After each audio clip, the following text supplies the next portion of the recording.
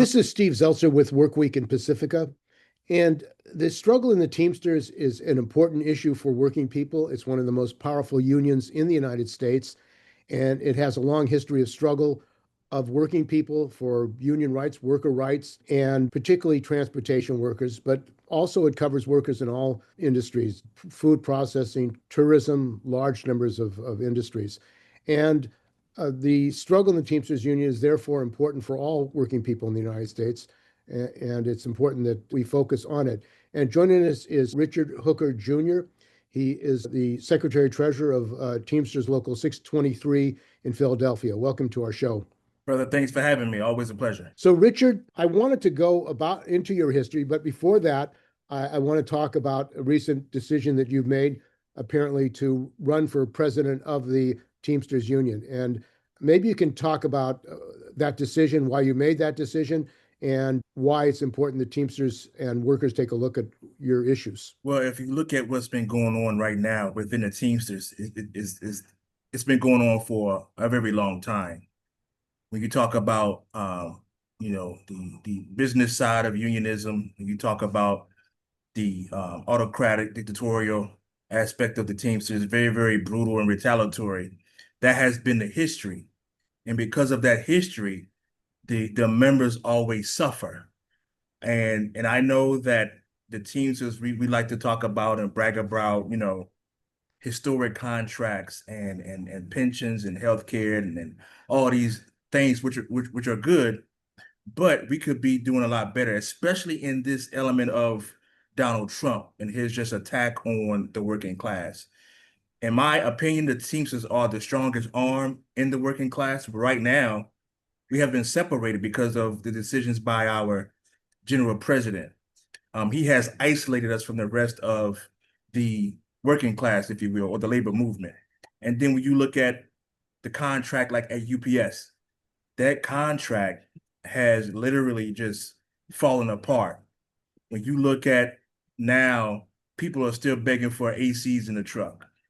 When you look at right now where the drivers who are particularly the face of the company, they're being overworked, over-disciplined, harassed. I mean, it's just a big, big mess.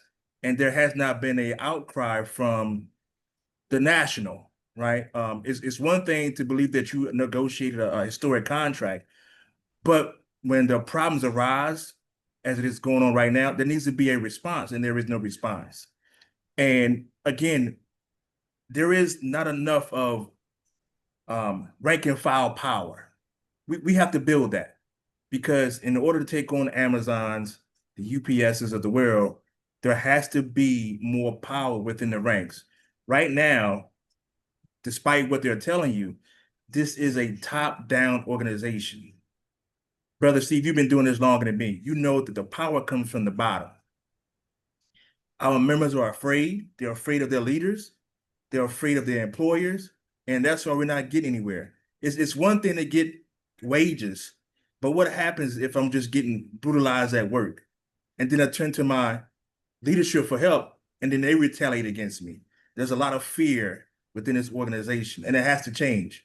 And that's just a crux and a little bit of why I decided to run, because I can't come to this show and speak out publicly about what Trump is doing, what UPS is doing, and then allow it in my own organization and not speak out about it, right? We can't be hypocritical. Wrong is wrong, right? And we got to call it out. And we can't be afraid to call it out, because if you don't call it out, it's going to continue.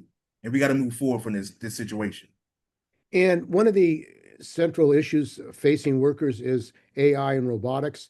I covered the UPS contract. I was at a rally in Sacramento by the Teamsters, called by the Teamsters, with Teamsters from throughout California, and to demand that the Governor Newsom, who the union supported, all the unions supported Governor Newsom, pass a bill that required a driver for trucks weighing over 10,000 pounds. Right. And the governor vetoed the bill, and the union, the Teamsters Union, Sean O'Brien and Teamsters said they weren't going to let it pass. They were going to organize against it, but it's been completely silent. There's been no mobilization, and other workers, as you know, SAG-AFTRA, the Writers Guild, IATSE, many unions, Teamsters are threatened with AI. At the rally, he said that in the Teamster contract, UPS contract, they had stopped AI and robotics. And I was surprised by that statement because how can you stop AI and robotics when Well, he didn't stop automation. He didn't stop any of that. And again, that is the problem. We have to be truthful and honest and transparent with our members because when I first heard that, I'm like, no, the company only have to give us 45 days according to the contract saying they're going to do something with automation or technology, and that's all they have to do. So how did you stop it? Our jobs are on the line, and they didn't do anything. Well, he didn't do anything to protect us from it, as he claimed in Sacramento. And that's a big, big problem. And I think the more and more this campaign starts to go, and people start to really pay attention to the truth about what is really going on with that UPS contract, you're going to see that we, all of us, we're really sold a bill of goods. Yes, historic wages, $7.50 over 5 years. But what's going to happen in year four when my job is automated and I can't make no money? I'm not gonna see that $7.50 because my job is going to be gone. Or I gotta travel another 50 miles to another hub because UPS, due to automation, has closed down a building so they can automate it, and my work had to go somewhere else. Now I have to follow the work. Now I'm spending my raise on tolls and gas. So it's a lot to it, and I think people they saw the money and oh wow. But again, I tell people all the time, Steve, money is one thing, but the language will kill you, and that's what's happening. Not being protected against automation is going to kill these jobs, and our members are going to suffer. And all these rallies and hoorah, hoorah didn't do anything because we're not protected against the most important element in our job at UPS, which is automation.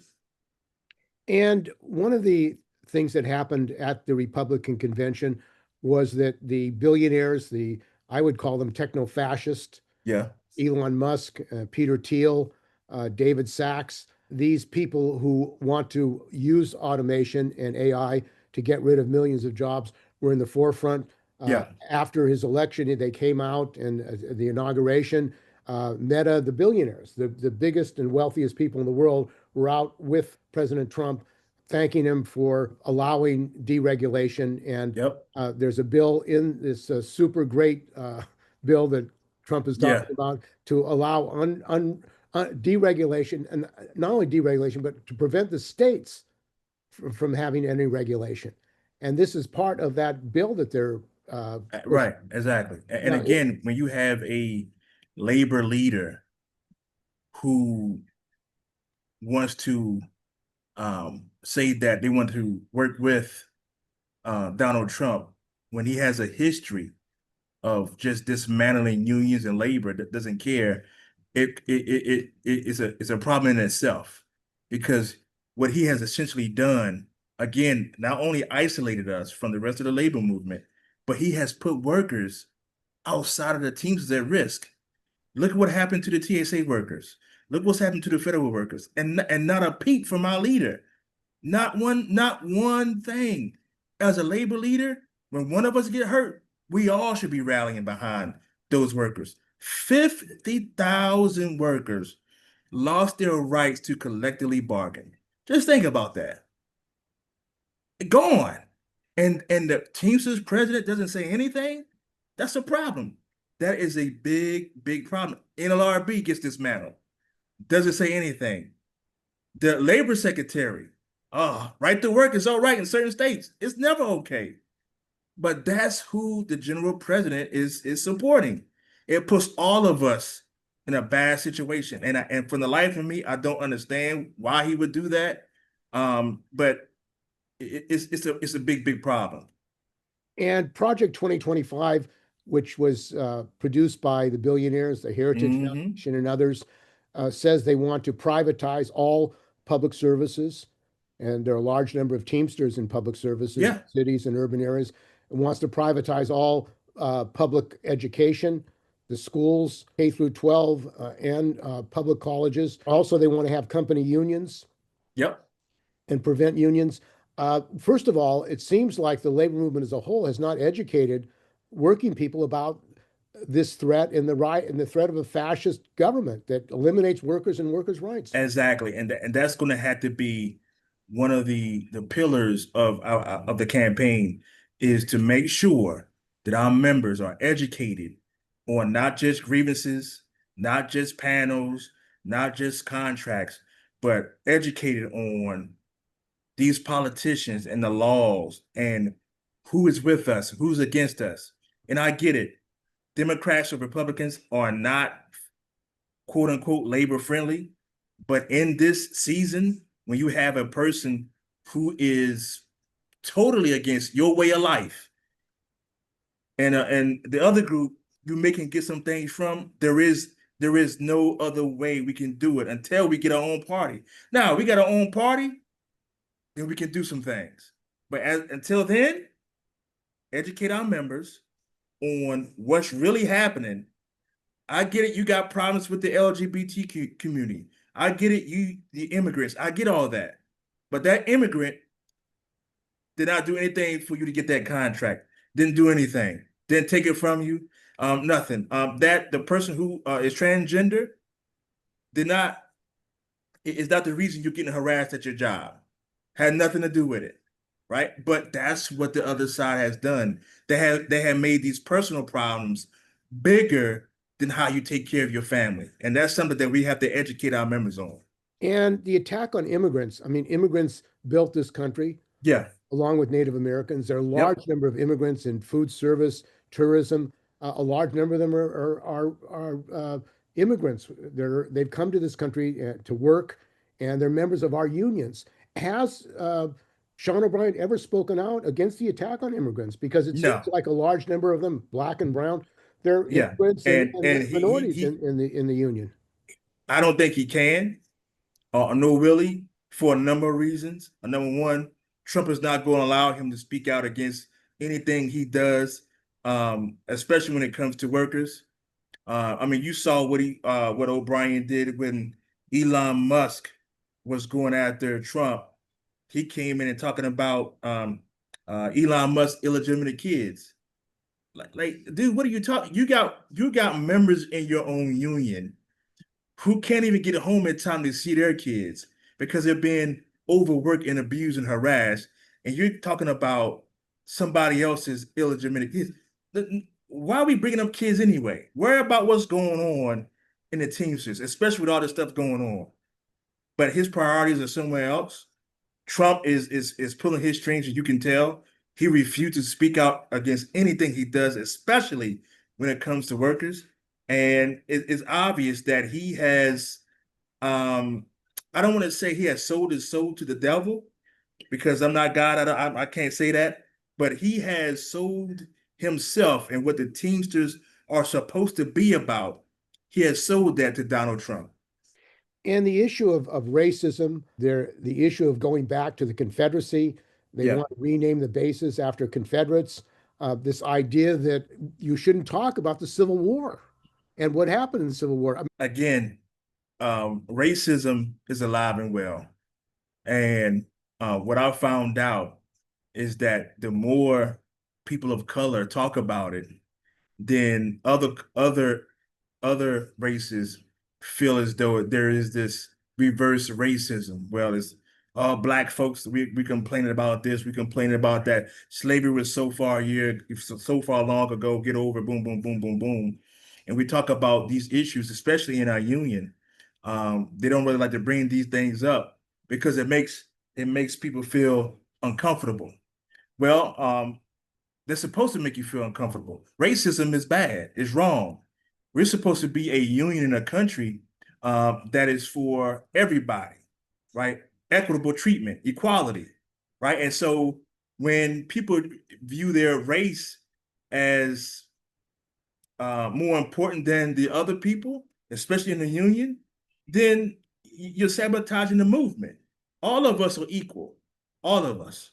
and hasn't race, sex, and other issues been used to pit worker against worker? I mean, pitting black Yeah, worker against white yeah, worker, women against men. It seems that that's a tactic of the boss, the millionaires, the owners, to have everybody fighting each other rather than uniting as a class to defend absolutely. themselves. That's what they want. They want us all divided on something. If they can find something to part of, because we have to explain to our members, don't fall for this. This is what they're going to do. When they delay, when they deny, when they talk about this, when they talk about and especially in classifications, well, the part-timers this and the feeder drivers do that. The warehouse people over here, the grocery workers. All they're doing is just dividing the No, we all are members of the working class. It doesn't matter if you drive a truck in the warehouse or if you're stocking the shelves. All of us are in the same exact class. And once we realize that the enemy, billionaires and the employer class, the ruling class, we will be able to win.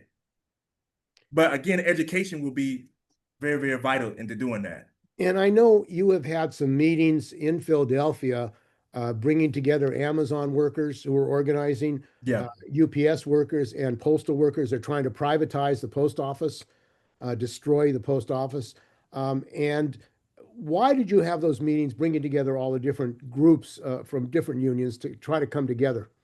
Well, to me, unity is the most important thing because, like we just talked about, the employer, the ruling class, the billionaire class, they want to divide us. So if I can get the Amazon worker, the UPS worker, the workers at Walmart, Target, school bus drivers to realize that all of us are in the same boat, it weakens the employer in the ruling class position because the same issues that you have at UPS are going on at Amazon. Same thing going on at Amazon is going on at Kroger or Albertsons or CVS, all these other companies. Doesn't have to be a union shop. If you're a worker, I can guarantee you the problems you have in your shop is going on in every single shop. And once we start to talk to our members about your problems or our problems are the same, you'll start to see this movement into working together. And that's why it was important for us to get those working together so they can see, hold on a minute, I got the same issue going on in my shop. Hold on, that's going on where I work at. But it's different companies, but it's the same exact class. They do the same exact thing. And once we start weaponizing our solidarity, we'll begin to start to eat away at that control and then fight back because they don't want us to be united. You know that. They do not want a united working class because if we are united, then we can start winning, and they don't want that. And one of the threats that working people face in this country is the attack on Medicaid, Yeah. throwing millions of people in nursing homes. People depend on Medicaid, and it would lead to closures of urban, rural hospitals. Also, Medicare, this Medicare Advantage with the privatization of Medicare. Do you think that we need national health care, single payer, where all workers get, Yeah, all people get I health think we care? do. Now, before I got elected, again, I wasn't educated enough on Medicare for all or healthcare for all. So I was kind of like listening to other people, what they were saying, oh, the private insurance is better, this boom, boom, boom, boom. But the moment I got into this position and I realized how the employer would use that healthcare to their advantage in negotiations and just in disciplinary actions, they know they got you, right? And so if we could take that off the table, say no, everybody has health care, you weaken the ruling class. Think about that. Because now what they can dangle over us, they can no longer do that. When we sit down in front of the company negotiate contracts, that piece is off the table. Now we can talk about higher wages. We can talk about, higher contributions in your pensions, or whatever the case may be. It is if there was a chance that all of us could vote for it right now, I would do it in a heartbeat. And I wouldn't have a problem explaining to my members on why. Because I have seen UPS fire somebody, keep that person out for 3, 4 weeks. That person doesn't have any income, no health care for their family. Anything could happen. Now that member who was fighting a righteous fight feels, you know what? Now I got to go back to this job because my family doesn't have what they need. You take that, you take that ability away from employers where they can, control your dignity and respect, how you take care of your family. If you could do that, you gain more control and power. And that's what we need to do. And of course, another important issue is the tariffs and trade war. The port of Los Angeles is down Yeah. 50%, San Francisco 40%. This trade war is pitting American workers against Canadian workers, against Yeah. Mexican workers. It's going to lead to loss of jobs. It's going to lead to blaming other workers. What's your view? Because not only has Sean O'Brien supported the tariffs and the trade war, but also um, uh, Sean Fain of the UAW. Uh, Yeah. I mean, this whole economic crisis where we're blocking other countries or raising the tariffs and basically going into an economic war against other countries. Yeah. Uh, what does that mean to Teamsters and That what's it going to mean to that doesn't workers? benefit the working class at all. Whenever you can put working class people against each other, it's not going to end well for the working class. Whenever you have, again, Trump, who's a billionaire, part of that billionaire class, they're always going to revert to being a billionaire or an employer. And what they do, take advantage, get workers fighting against each other. Like you said, Canadians versus Americans, Americans versus Latinos. Why? But that's what they want. Because if you're united, they can't win, and they know that. So let's create a tariff war. Let's put these group of workers against each other, right? Let's do that because now I'm fighting you instead of focusing on the problem, which is the employer having that much power over us, and that can happen. But the only way that we could do that is something that I'm glad you talked about earlier is educating our members. That is going to be one of the most important pillars of what we're going to be running on. Education, participation, inclusivity, all those things. Rank and file power. That's the campaign. True rank and file power. And one of the other issues is the question of war. The United States spends Yeah, billions of dollars, trillions of dollars on war. It seems like we have enough money to know where to bomb, but people can't get health care. People can't get housing. They're homeless in this country. It seems like the priority is to spend more money on war. And it seems like also there's an unlimited budget. While yeah, they're cutting Medicare, Medicaid, Social Security, it's unlimited for the money, more money for war, to bomb people and to have jets that can bomb over thousands of miles, and yet yeah, we can't even have streets that are working properly. The infrastructure is falling apart. We don't have yep, a rail system. We have the railway workers who, like Teamsters and others, who can't have time off to go to a doctor in this right. country. It seems like large numbers of workers are suffering, yet there's an unlimited budget for the military. Like Tupac said in one of his songs, they got money for war, but not money for the poor. And that line it hits home today. They got endless amount of money for war. But when it comes to, again, universal health care, universal free school lunches, all these kinds of things that will benefit working families, as far as a paternal leave and all these things that families and working class people need, they don't have money for that. Like I believe there was I think down in Texas, the governor, I think he signed the law, he's trying to sign the law, 10 commandments in every school, but he vetoed a bill for free school lunch. Yeah, and that's the kind of mindset that, again, the ruling class have. Let's take away free school lunch for people, for kids, bomb everybody. We got money for that. We ain't got money for the poor. The streets are all jacked up. We got all this money for everything but for the working class. Everything else but for working class people. Paid family medical leave. We don't have it. Universal health care. We don't have it. Free school lunch. Universal. We don't have it. Why don't we have those things? And kids going into debt to go to college, going Yeah. bankrupt. The highest cause of bankruptcy is healthcare. I mean, it seems like Yeah. the whole system is really ripping off people the way it's And organized. these are the subjects that, as Teamsters, especially IBT, we have to start engaging with our members in. It's okay for kids to have free school lunch. It's okay for the working class to have free health care. It's okay for these things to have all socialism. Well, people got to understand a union is a byproduct of socialism. That's what a union is. That's what unionism is. It's a part of socialism. But when you explain, oh no, but again, education is important, and we have And to explain this stuff to them. one of the things that I've fought for decades actually is for a labor channel. There are many struggles going on. There's a golf channel, the religious Yeah, channels. There are all I kinds of agree. channels, but no labor channel.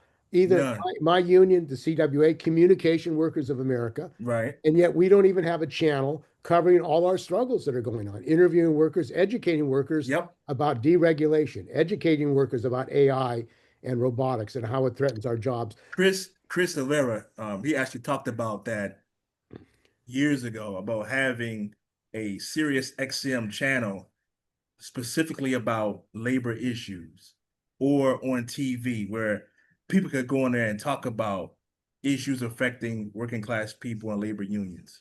And again, that would be very, very good, especially in this day and age where people don't want to pick up a book and read, always on their phone, TikTok, YouTube, podcasting. To be able to put something like that out there would be a tremendous benefit for all the workers, whether they're in union or not. So I agree with that wholeheartedly. And, the unions have the money to do it. They Yeah, have hundreds of millions. absolutely. My union has to do it, but it's not a priority. And one of the issues that I've found out and is important is the labor history. People in the Yeah, working class don't even know their history. Now, I know you have exactly. a YouTube show to get information out, but the history of workers, the Minneapolis Teamsters strike, There you go. it's 1934. Yeah, unknown. It's unknown by Teamsters. I mean, right. they don't educate even Teamsters about the strike that really general strike that led to over the road organizing, that led to a master Absolutely. contract. And I think that's done by design too, brother, because think about this for a minute. If I empower my workers, if I educate them, if I engage with them, if I create spaces for them, then they may come and vote me out of office, or they may just take on the employer without me, or whatever the case may be. I think a lot of it is a lot of officials are scared of their own shadow because they've been comfortable in their position for so long, not having to do too much. Not everybody, but you can tell that sometimes when you're in the office too long, you get comfortable. And again, it's human nature. You get comfortable, you're not as hungry as you used to be, whatever the case may be. And I think a lot of officials, they feel as though if I have open bargaining in my contracts, if I do all these things that will increase power amongst the rank and file, then one day they may put me out of my comfortability, and now I got to go back to the craft, or I got to retire. And that scares a lot of these old school people that's been around for a long time. And the issue also, and not just the Teamsters, but triple dipping, getting a salary for one position, Yeah, getting a salary for another position. Why can't you elect people to all these positions? And why should one person have three jobs when you divide it up and take it, right. democratically, and all these positions are appointed? Do you think that in the structure of the Teamsters Union, these positions should be elected, regional directors, and the rank and file should elect the people who are really in these I'm positions? glad you said that. That's something that has been bothering me again since taking this position. I've always wondered for the last 6 years. We elect our local leadership. We elect the national leadership. Why don't we elect the joint council presidents? Why don't we elect the conference presidents, right? Because for real, for all the people that's gonna watch this, the power is not in the eastern region or western region or at-large presidents. The power is in the joint councils. That's where the true power is at. But the members don't have a say-so in who's elected. They're appointed by the folks who are already there. So what would happen if every member in that joint council got a vote to see who their leadership were going to be. I can guarantee you things would change from the joint council level to the conference level, and definitely at the IBT level, because think about this, the joint councils, they protect the general president. They protect whoever that is. They whatever that mission is, that vision, they come back to their regions and they speak it, and everybody follows. But if I'm a rank and file person and I don't have a say in that, then I don't have any power, and it weakens all of our positions. So that's something that, again, we're going to be talking about in the campaign. Members need to be for every part of leadership, joint council, conference, just like we do in our local elections. It's gotta be elections for everything. And there is another organization, opposition organization, the Teamsters for Democratic Union. They had a program for democracy. They had a program against double dipping and these high salaries, but Yeah. apparently they've abandoned that, and the leaders of that have taken positions, high paid positions in the Yeah. international. What happened? What happened to that organization? Brother, I don't know. I was never a TDU member, but I always respected them, and they have helped me a lot throughout my tenure in getting to this position. So I never want to disrespect them for doing that. But I will say that I am a little shocked and disappointed at what has taken place, because I remember it used to be a time when Hoffa would do something maybe not as egregious as what O'Brien is doing right now, and man, they will call him to the carpet. I remember sometimes, man, Hoffa would do this, or anybody, any elected leader, they will call them out. But all the stuff that O'Brien has done and TDU has remained silent. Me personally, I really thought they were going to come out when he was playing around and continue to play around with Trump. I did. I thought that was going to be the straw that broke their back. I did. Or let's go back further than that, because people don't like to talk about this. Because I really thought they were going to say something about this. I did. So there were 3 people that he terminated when he got elected. And he retaliated against them for supporting the Verma slate. So they were out of a job for about 2 years. They took it to court, and they won. They had to pay those members back 2 years of salary, pension, all this stuff, healthcare, 2 years. Now, I thought for sure TDU was going to come out, because as long as I've been around TDU and seen what they do, they always spoke out against retaliation, intimidation, and bullying. They always have done that. I thought, hey, here it comes. And to this day, they have said nothing. And that's when I knew that they were done, as far as kind of like being a watchdog, so to speak. Now, if it's somebody else that's going to run against O'Brien, now, because I'm waiting to see what they're going to say about me. I am. I'm just waiting to see. But again, nothing with respect for them, because when it comes to education, mobilizing and organizing, I think they do a fantastic job. But for whatever reason, they got a seat at the table now, and they just forgot about the people who need them. People need to know that this is happening. People still need to know that there's a system of bullyism and retaliation, and the contract is not what everybody thought. It's not what I thought it was going to be, right? They need to know that it's falling apart, and somebody has to cry loud and spare not, right? And that's what we're going to have to do. But hopefully, again, TDU wakes up. I'm hoping they do. It's not too late. It's not too late. And we recently had some mass demonstrations against the king, no king Yeah. in America, and against oligarchy. There have been protests against Elon Musk's Tesla factory, against oligarchs, against fascism. There is a fear that people have that Trump, for example, may decide that we need martial law, and we have a Reichstag incident and say that we have to have martial law, no more elections. Yeah. People are Yeah. talking about an election. 2 years or next year, that may not happen with Trump. I mean, he's got control of the police, the FBI, the state. What do you think about that if they try to institute martial law and prevent an election? You think there should be If a general strike? Do you think that we? it has to be, it has to be, it has to be a total shutdown of labor. Nobody getting in the trucks, nobody getting in the warehouses, nobody getting in the planes, nobody is stocking the shelves at the Walmarts, grocery stores.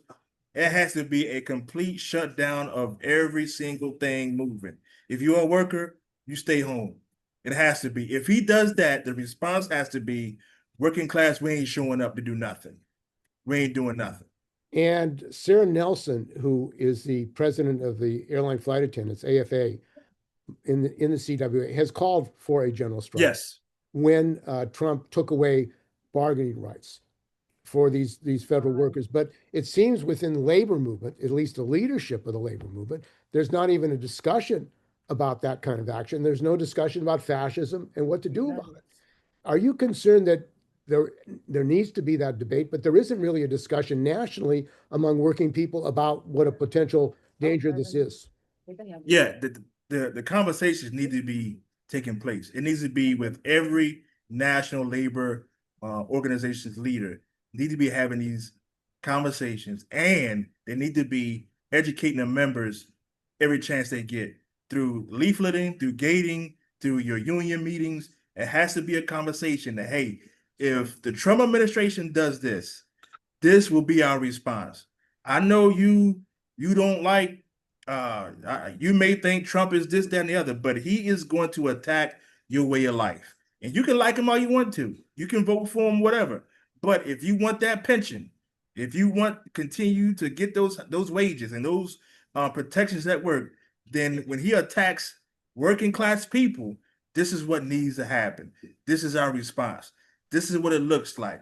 This is what's going to happen. And those conversations need to be taking place right now with every labor leader.